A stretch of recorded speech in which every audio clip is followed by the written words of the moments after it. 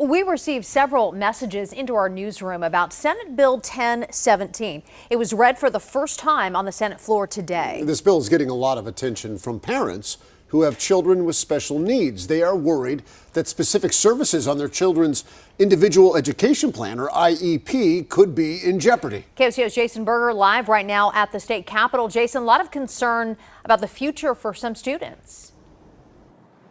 Yeah, guys, it's the future for students. It's also the future for some of these parents. Some of them have put tremendous effort into putting their student on an IEP plan.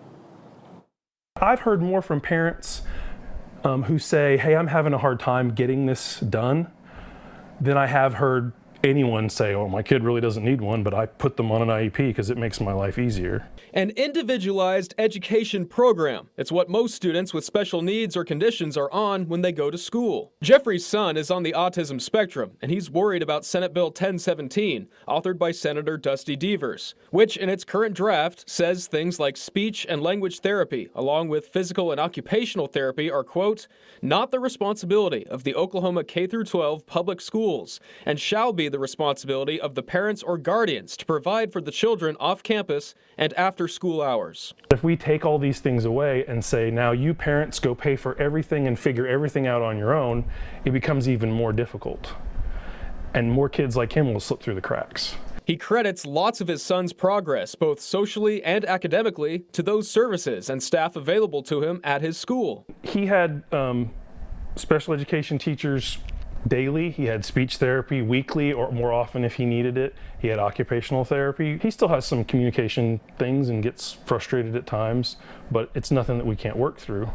But that's because he started at such an early age. So if the bill became law in its current draft, Jeffrey says parents would be on the hook to provide those services for their kids. Either you would have to pay for someone to go to the school to help your child, or you would have to do it outside of regular school hours. Senator Deevers did not return our comment request today, but did post an in-depth response on social media, saying no student would have necessary IEP services taken from them, and those would be covered under the Individuals with Disabilities Education Act. The senator wrote he's calling for a forensic audit of IEP and school-based services spending to protect things like speech, physical, and language therapies.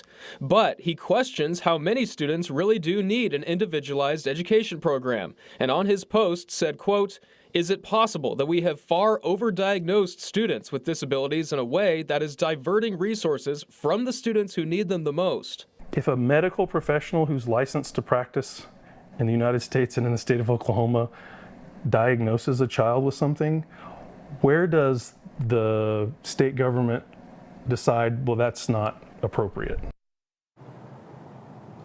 Now, Senator Deevers did acknowledge some parents' concerns with this and said there is an amendment to the bill in the works. Keep in mind also, this is just the first day of the legislative session. In Oklahoma City, Jason Berger, KOCO 5 News.